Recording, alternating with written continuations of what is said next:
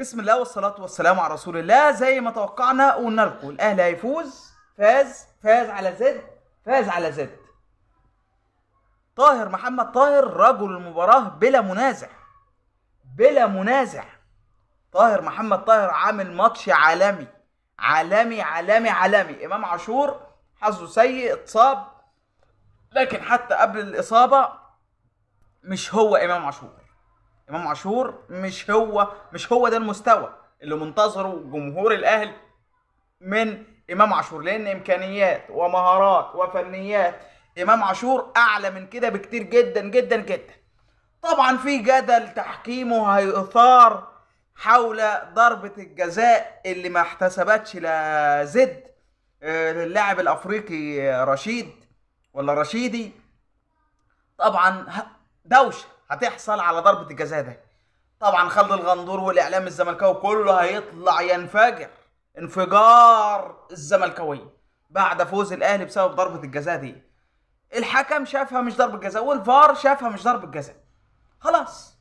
خلاص الاهلي فاز 1-0 وكولر وصل للهدف بتاعه. قلت لك قبل الماتش امبارح واول والنهارده، قلت لك الاهلي توقعي هيفوز على زد. حصل ولا ما حصلش؟ قلت لكم ده توقعي وحصل ما توقعت. الاهلي بيعرف ياخد الماتشات دي، بيعرف يجمع النقط. طاهر محمد طاهر النهارده ده حسام حسن لازم يضم طاهر محمد، اول لاعب في منتخب مصر يكون طاهر محمد طاهر. مستوى رائع رائع رائع رائع بصراحه. حق ربنا طاهر محمد طاهر عامل ماتش عالمي النهارده، عالمي يا طاهر. وتوج او تكلل مجهوده بالهدف اللي جابه برضه، وفاز بيه الاهلي وتوج وحصل على 3 نقاط النهارده غاليه جدا امام فريق زد. فريق محترم جدا، معاه مدرب محترم جدا اسمه مجدي عبد العاطي. يعني فرقه بصراحه تخض، لكن هو عندها اللمسه الفينش الاخير مش حلو فرقه زد. الاول كده صلي بينا على النبي، ثم اللايك ثم الاشتراك في القناه. نتمنى الناس تعمل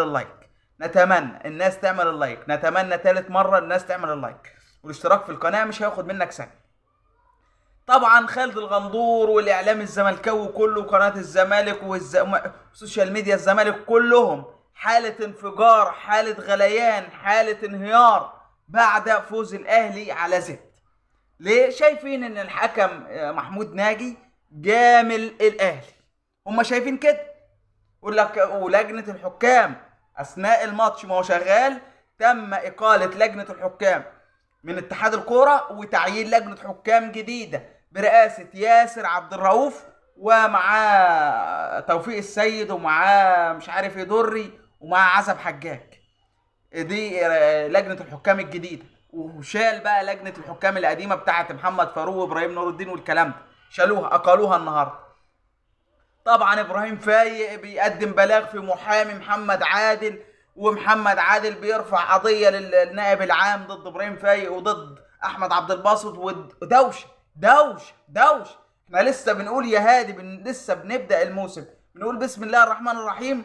يا دوب النهارده تاني جوله وبلاغات في النيابه العامه وحاجات وسباب وشتايم وحملات ده احنا لسه بنقول يا هادي، لسه بنقول يا النهارده تاني جوله. فربنا يستر على الموسم ده ويكمل. انا رايي زي ما الاهلي قال يجيبوا خبير اجنبي للحكام دي. انت عينت لجنه النهارده، تمام، هات لي بقى خبير اجنبي يطور مستوى التحكيم المصري ده. فسيبنا من الحكام، تعالى للاهلي. كولر النهارده ادار الماتش كويس جدا بصراحه. مستوى امام عاشور مش حلو، مش ده مستوى امام عاشور اللي الجمهور الاهلي منتظره. طبعا كهربا ما نقدرش نحكم على مستواه انه نزل في اخر تلت ساعه تقريبا. والنهارده كهربا غايب بقاله فتره، ف يعني محمد مجدي قفشه ما نزلش. يعني مستوى الاهلي عرف ياخد ال3 نقاط، وهو ده المطلوب اثباته عند كولر. المهم ان انا مش مشكله الاداء، اهم حاجه عندي النتيجه. وخرج بما اراد، وخلص الماتش بفوز الاهلي ب3 نقاط. كده الاهلي 6 نقاط من اول مباراتين، 6 نقاط. هو ده الاهلي، بيعرف يخطف. بيلعب ارضيه استاد المقاولون العرب بصراحه مش حلوه خالص، مش كويسه خالص، مش ارضيه ملعب تساعد على اللعب. لكن الاهلي عرف ياخد، او عرف من اين تؤكل الكتف. هو خلص بكوره من الشوط الاول، وجات له كور تانية. يعني الاهلي ضيع كذا فرصه، وزد بصراحه ضيع كذا فرصه. لكن الاهلي بيعرف يخطف وبيعرف يامن. عمرو السوليه لما نزل في وسط الملعب عمل شغل جامد جدا.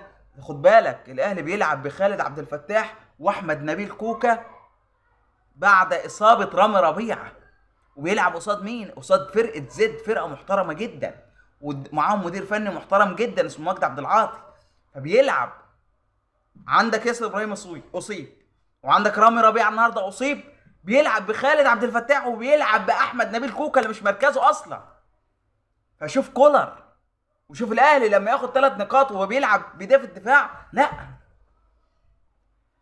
وده يدل لك على حاجه تانية، يعني ما تعديهاش، ان كولر مش مقتنع بيوسف ايمن، ان يوسف ايمن بره على الدكه. اشرف داري مصاب، وعنده رامي ربيعه مصاب اتصاب النهارده، وعنده ياسر ابراهيم، يعني ال3 مدافعين بتوع الاهلي اصيبوا، ويوسف ايمن بره على الدكه ما استعنش بيه. هو نزل احمد نبيل كوكا مدافع، خلاه يلعب في مركز الدفاع، ومع يوسف ايمن مدافع، بس هو شكله مش مقتنع بيوسف ايمن. فتقريبا صفقه يوسف ايمن دي تبقى صفقه مضروبه تقريبا، والله اعلم، مش هنحكم عليه.